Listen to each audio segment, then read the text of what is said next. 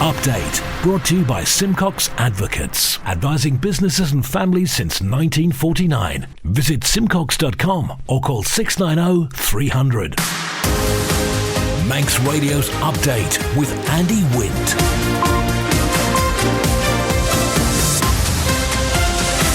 Faster Mai, good evening, it's 5:30. This is Update for Thursday, 5th of February 2024 from Manx Radio. 30 minutes looking at the latest news on the Isle of Man. And background to that news, we've got Manx Sport and Business, Sea Watch and travel updates. And the newsmakers in person this evening, 4,600 people are waiting to get an NHS dentist. The island plan is the future, says the Chief Minister. The Ranson Tribunal Report is out.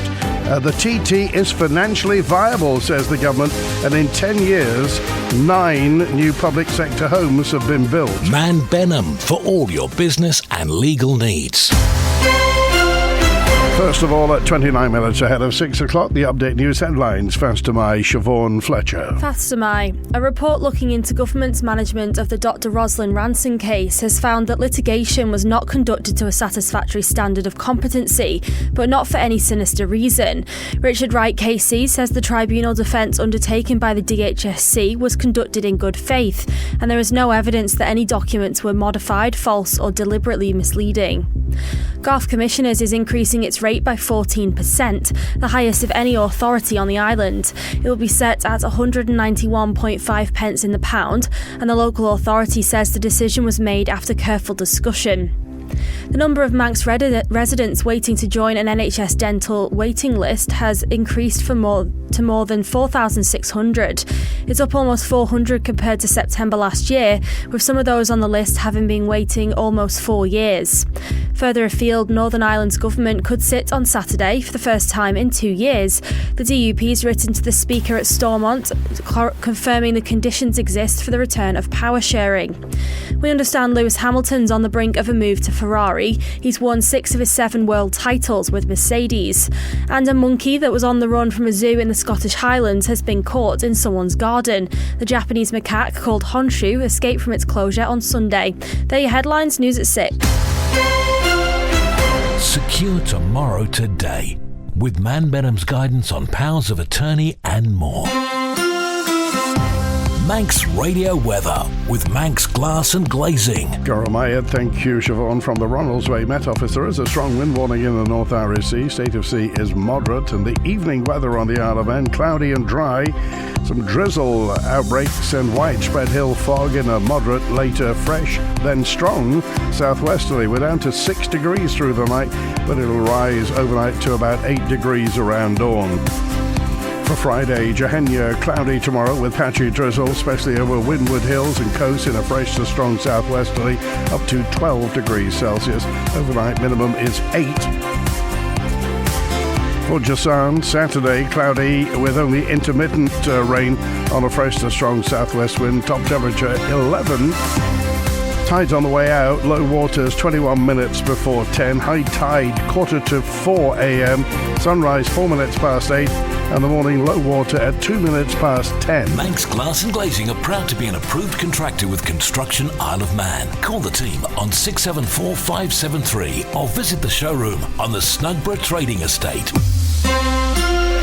And the motor vessel Manxman is due in the next 10 minutes. The number of Manx residents waiting to join an NHS dentist waiting list has increased to more than 4,600, up almost 400 compared to September last year, with some of those on the list having been on the list for 4 years. The story from Sian Cowper. The latest figures from Manx Care show there were 4,648 people looking to go on a dentist's list as of the end of December, including 112 who were added to the list in that month. Nearly 1,500 of those waiting to be allocated a dentist are children, while some of those on the list have been waiting more than 200 weeks. Manx Care says it currently expects those joining the list to face a 7 to 9 month wait. Meanwhile, the healthcare provider has announced it will be able to start offering checkups at Hillside Dental Practice from next week. Manx Care took over the facility in December after Regent Dental handed back its contract, but has so far been unable to offer any non-emergency treatment. equipment. It's after a cyber attack on an IT system used by the previous provider prevented Manx Care from migrating data. It's now decided to revert to paper records. The practice will be offering checkups from Monday the 5th of February, prioritising children and those who've been waiting a long time for their appointments. The Chief Minister says we need to get out of the COVID view that government's got to support everybody. Alfred Cannon MHK was asked whether there should be more help for Manx businesses in these challenging financial times. He said focusing on the priorities of the Island Plan will ultimately make the biggest difference. So the very best thing that we can do for small businesses is deliver on our high-level targets, which will drive a future economy more successfully forward. And that means more people living and working on the island, but also critical targets, for example, around tourism. And our ambition is to get that tourism figure up to 500,000 people a year. That will also provide a lot of small businesses with an additional boost. That doesn't take away the need for us to keep an eye on what is happening in that sort of micro economy. And I appreciate it is tough, and it's tough for a number of reasons: inflation, the costs of goods and things. And so it's not something that we are not considering, and I can tell you that that we are always trying to understand what can be done. And of course, where appropriate, we have got evidence that we are willing to step into the market, but less so for businesses and more so for people.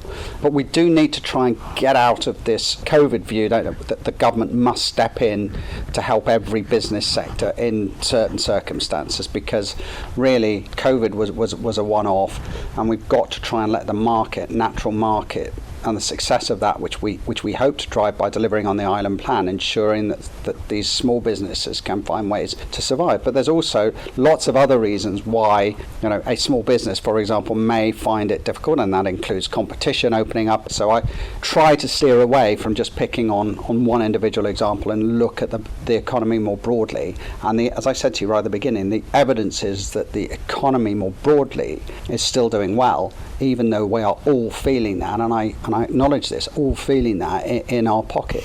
This is the most listened to Isle of Man news source, and Manx Radio's Update is the Isle of Man's most downloaded news podcast. Pastor Mine, live from Douglas in the Isle of Man. It's 22 minutes before 6. Despite the departure of 2 senior members of staff, Manx Care says there'll be no disruption to breast services in the Isle of Man. The consultant oncoplastic breast surgeon and consultant breast radiologist are leaving on the 16th of February. Exec Director for Health Services, Oliver Radford, says recruitment is underway. From the breast surgical side, we've secured a single locum doctor who's coming to us towards the end of February. She's joining us for 6 months from a locum position in Liverpool. From a breast radiology point of view, we have a couple of locums coming over the next couple of months, and our substantive part-time breast radiologist, Dr. Miller, joins us for just over a month in May and June, which gets us to that 6-month period. Clearly, the use of locum doctors isn't ideal. It doesn't provide stability for the service, which is why we're going out to advert shortly for a replacement breast surgeon and a replacement breast radiologist. We're confident that we'll be able to find replacements for our 2 consultants who are leaving, and we've actually already had some expressions of interest from consultants who are experienced breast surgeons working in the UK. Whilst this is an unfortunate interruption in the service, we're hopeful and confident that we'll get things back on track towards the end of the year. Our recruitment of permanent doctors across not just the hospital but mental health and other places within Manx Care has been really successful over the last 12 months, and our reliance on locum doctors in particular has really reduced. Clearly, the overspend, 30 million, to show that we've still got financial challenges within Manx Care. As the Minister said, most of that is down to inflationary pressures and growth in demand rather than the use of bank and agency. The Department of Enterprise's head of motorsport remains confident over the financial viability of the Isle of Man TT races in the long term. Paul Phillips acknowledges there are continuing cost challenges around holding the event, but thinks demand and proper planning is helping to combat the obstacles. I think it's fair to say that in sport generally, in motorsport, it's a challenging situation. In the island more generally, it's a challenging situation, and that's why it's so important that the sort of strategic position for TT focuses on things like generating income and growing audience to ensure that it's financially sustainable to deal with the short-term cost pressures, but also the future cost pressures. One thing's for certain, that the cost of motorsport will always increase year on year on year, and a lot of that is linked to the fixed costs of infrastructure and risk management, particularly with something like the TT, which has so much risk attached to it, and the development of initiatives around reducing and removing those risks where possible. And it's all part of the same conundrum, really, in terms of that desire to be sustainable. By the time we got to the pandemic, the TT had got to about £45,000 a year. Then the first TT back in 22, there was a drop off. 23 was back to just under that 45,000 mark, so almost back to pre-pandemic levels. We're aiming and hoping for a slightly higher number. There is a finite number that can come based on the infrastructure, but the reason that the event has been restructured in terms of the schedule is to try and deal with the peak in the middle weekend, and also give people more options around a second weekend of racing, and with things like more air travel coming back online post-pandemic and slightly increased ferry capacity with new ship, etc. There's an opportunity for that, not just this year, but into the future as well. We hope. The TT is in a fabulous place at the moment. I genuinely believe that. I'm not just saying that because I work on it. I'm passionate about it, and I genuinely believe that this is an exciting time. We are growing audience all around the world very quickly, and more people are seeing and realising how special the TT is. Sea Watch with the Isle of Man Steam Packet Company. Motor vessel Manxman left Heysham at 7 minutes past 2. She'll be into Douglas any minute now. Onto the link span, departing this evening at 7:45, arriving in Heysham at 11:30.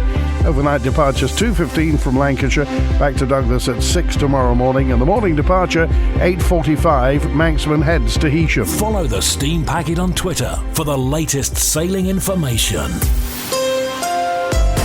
In the past 10 years, just nine new public sector homes have been built. The lack of development in this area has been criticised by the chair of the Tynwald Committee on Poverty. But David Ashford, chair of the Housing and Communities Board, says work's underway. While we talk about new builds of public sector housing, a lot of it has been replacing existing stock. And from my point of view, what we need to be doing is ensuring we expand the public sector housing stock, because the population has expanded, but the amount of stock available hasn't actually expanded with it, and that requires working with public sector housing providers, including local authorities, to be able to look at what we can do to expand that stock. The simple fact is, it is going to require investment, it is going to require money, which is probably not what everyone wants to hear, but it is going to actually require that level of investment, and we need to find out how we can do that. So what are we going to see in terms of new houses in 2024? So the affordable housing units I spoke of, for instance, there's developments at the moment going on at Retnamere and Ballasalla. There's Ballacubban and Colby, the Shipyard Road, Ramsey. Those are due to come to fruition this year. The housing association work, I would hope, will be well progressed throughout this year to be able to move that forward. The tenancy and arbitration scheme, which is radically needed for renters and also landlords, is looking to be completed this year as well. So there is an awful lot of work going on, and there will be advancement around the homeless strategy as well, which I've just spoken about getting the support for those individuals to make sure it's not just about shoving them with a roof over their head, but ensuring they have the support to be able to ensure they can stay in accommodation long term. Those are all things that are on the agenda for this year in 2024. Manx Radio Business Briefing. At 16 minutes before 6, the Bank of England left interest rates unchanged at 5.25%, 5.25% today. As widely expected, the 9-strong Monetary Policy Committee voted by a majority of 6-3 to leave the cost of borrowing on hold. External members Jonathan Haskell and Catherine Mann voted for a 0.25 percentage point increase to 5.5%, while Swati Dhingra opted for the cut of the same size. For a full daily market report, go to ramseycrookall.com. The world's largest sovereign wealth fund, the Norway-based government pension fund Global, has hinted that the Danish drug maker Novo Nordisk and the US rival Eli Lilly could become the first trillion-dollar healthcare companies. Driven by surging demand for Wegovy and Ozempic, diabetes and weight loss drugs now available in Europe, Novo Nordisk reported strong 2023 earnings, with its market value surpassing $500 billion for the first time. Eli Lilly stands at roughly $612 billion market valuation. Novo Nordisk is only the second European company ever to cross that milestone, Bloomberg reports, after the French brand LVMH Louis Vuitton sales climbed 36% to 23.7 billion in 23. The Danish company reported while profits rose to nearly $15 billion, both surpassing analysts' expectations. The profit was its biggest in over 30 years, and Novo Nordisk says it expects 18% to 26% sales growth this year, driven by their blockbuster diabetes drugs. Barclays anticipates the global weight loss drug market will grow to $200 billion within the next decade, with benefits extending to cardiovascular, kidney and liver health. The Stock Market Report, brought to you by Ramsey Crookall. UK and European stocks were slightly lower after that Bank of England hold on interest rates. The dollar strengthened, global oil prices climbed, and gold oscillated, weighed by a stronger dollar. The numbers from Ramsey Crookall. At the close in London, the FTSE 100 down just over 0.1% at 7,622. The DAX in Frankfurt down just over 0.25% at 16,859. A short time ago, New York City, as the trading day continues, the Dow Jones Industrial up just over 0.2% at 38,235. The Nasdaq Tech Stocks Index up almost 0.5% at 15,236. The S&P 500 in Chicago up just over 0.4% at 4,866. In the exchange markets, the British pound sterling trading at $1 27.1 cents, €1 17.1 cents, and 23 South African rand 61 cents. In commodities, gold's up 1 and just over 0.1% at $2,062 per troy ounce, and a barrel of Brent crude up 0.7% at $81.19. You've got an investment plan? Yeah, Mike set it up. But don't you need loads of money to do that? Not this one. It's called Shearwater from Ramsey Crookall, and you pay in monthly as little as £100. So it's like saving regularly, really helping us invest in the future for a house, or the kids' education. £100 a month? I could easily do that. You should. The sooner you start, the better. Invest in your future with as little as £100 a month. Shearwater from Ramsey Crookall, the island's investment specialist for 75 years. Call 717171 or visit ramseycrookall.com. Licensed and regulated by the Isle of Man Financial Services Authority. The Isle of Man Green Party has previously described plans to explore for gas in Manx waters as a backward step. But what if it could help finance the transition to renewables? The question was put to the Green Party leader Lamar Craig on Man in Line today. If we were so against gas and oil, then we'd be boycotting and we'd be, stood outside Pulrose and... asking all of our members to bombard them and all of that kind of stuff. We're not. We understand that that's where our energy source comes from.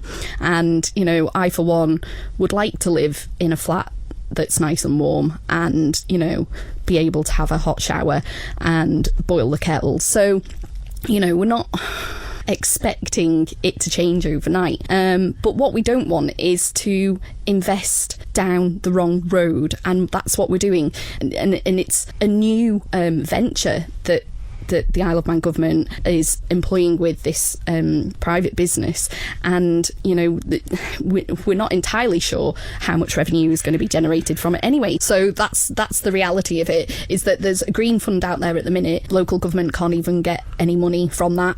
If that promise was to come by from the government that they would set aside all of the funds generated from the Crogga revenue then and put that towards renewables, then the Green Party would have make a decision. We'd contact our members, we'd make a decision as a committee and then see what our stance is, but that's not been promised. Update brought to you by Simcox Advocates.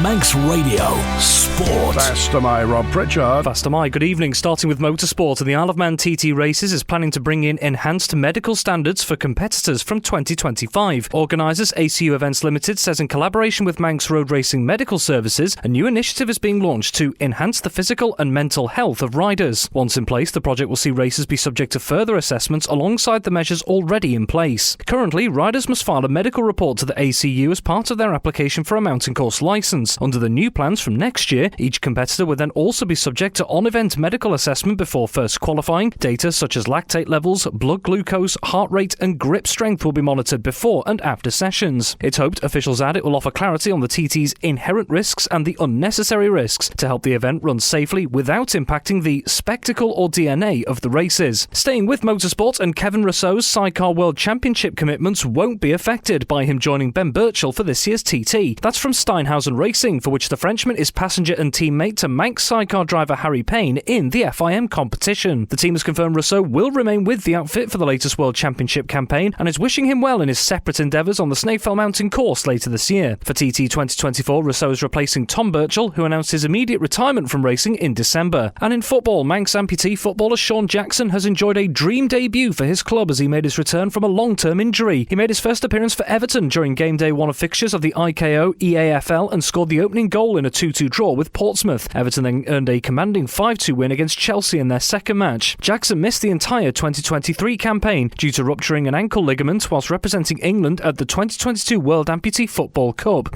Jackson also took to social media afterwards to say he was buzzing to start his Everton journey.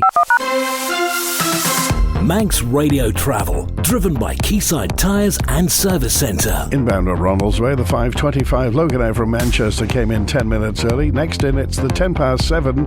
It's charter inbound from Enotecchio in Finland via Newcastle. That's 7:10 showing on time. The 5-8 Loganair from Liverpool, returning patient transfer, is on time. And the 8 o'clock Loganair from London City showing on time. Outbound, just the 6 o'clock Loganair to Liverpool, currently showing on time. On the roads in Colby, a phase closure on the Ballackill-Thurrock Road for water main work. Temporary lights in Onchan on King Edward Road between Groudle and the A2 for trial pit work. In Andrews, Kiandrockard Road's closed in phases for water main work. South of Kirkmichael, closure of the Ballalai Road for water main work. The Ballamoda has got temporary lights at the bottom by the Grenby Road junction for patching work. North of Port Erin, Survey Mill Road's closed for drainage work. In Peel, temporary lights on Ramsey Road by Battery Lane for cable work. Temporary lights at West Kimmerwick Road in Bride for ditching work, and the Heritage Trail is closed off for road between Crosby and Glenvine for duct insulation. Lookout in Douglas, temporary lights on Circular Road at Westmoreland Road, Upper Church Road for that fire hydrant replacement. Temporary lights at the bottom end of Summerhill for gas repairs. Temporary lights on Victoria Road near Linden Grove for work on the road surface, and Hillside Avenue is closed through to Circular Road for adjacent office window replacement. A section of Switzerland Road's closed for construction work. Temporary lights on Lord Street too between the bus station and Duke Street should finally finish tomorrow. Ask how you can spread the cost interest-free at Quayside. A new report looking into the government's management of the Dr. Rosalind Ranson case has found that litigation was not conducted to a satisfactory standard of competency, but states that was not for any sinister reason. The story from Siobhan Fletcher. The report has found that litigation undertaken by the Department of Health and Social Care was conducted in good faith, and there is no evidence that any documents submitted to the tribunal were modified, false or deliberately misleading. Richard Wright KC was appointed to undertake the independent review following the conclusion of the former Medical Director's Employment Tribunal in June last year. He worked alongside a select committee to analyse the case. In his conclusions, Mr Wright KC states that the decision to defend the claim was taken in accordance with established procedure, was legally justifiable and was an appropriate decision for the DHSC to make at the time that it was made. He has, however, critiqued the Attorney General's chambers, stating that it failed to appreciate the significance and complexity of this claim from the outset and failed to grasp the potential for significant reputational damage arising from these proceedings for both the DHSC and the wider Isle of Man government. He also found that there was a clear conflict in the role of Catherine Magson as Chief Executive, with responsibility for providing instructions to the Attorney General's chambers in defence of the claim and her role as the principal witness to the event at the heart of the litigation. The report has now been released on Tynwald's Register of Business. You can find it in full and read more on this story at manxradio.com. Update Brought to you by Simcox Advocates, advising businesses and families since 1949. Visit simcox.com or call 690 300. It was revealed this week that the Great Laxey Fair is to make a return after a gap of 2 years. In the interim period, a new committee was formed to come up with new ideas to revitalise the event, just to bring people to the village. Justin Ball from the Laxey and London Heritage Trust said what people can actually expect this year. Oh, you can expect all sorts. It's on the 6th of July, which is obviously the day after Tynwald, but in conjunction with Manx National Week that Lawrence Skelly is organising. So it's free to enter. We have a souvenir programme which is £2. The fair is at 12 till 5, and at 1 o'clock there'll be the classic parade by the children of Laxey School, and they will go down onto the washing floors. They'll sing some songs. The kids will be singing all the classics like the Laxey Wheel, and we'll have craft stalls, charity stalls, food vendors, fair games, and a tea and cake tent, hopefully. So it's going to be quite good. Now, there was a feeling, wasn't there, in the last few years that maybe it had become a little bit tired and a little bit repetitive, and that, I think, was one of the tasks of the new committee, to give it a new impetus. And how have you managed to do that? I think we have, actually. We've got a great team together. I mean, I have to say, it is very hard organising events, and you do have to come up with new things all the time. So we do have an event coordinator on the team, and she's just very good at coming up with new ideas. So there's lots of different things to bring to it. That's it for Update tonight, compiled from the resources of Manx Radio's news department. Thanks to newsreader Siobhan Fletcher, producer Amy Griffiths. After the news at 6, do you know what a squiggly career is? Well, find out. 6:30. Chris Kinley with Greatest Hits.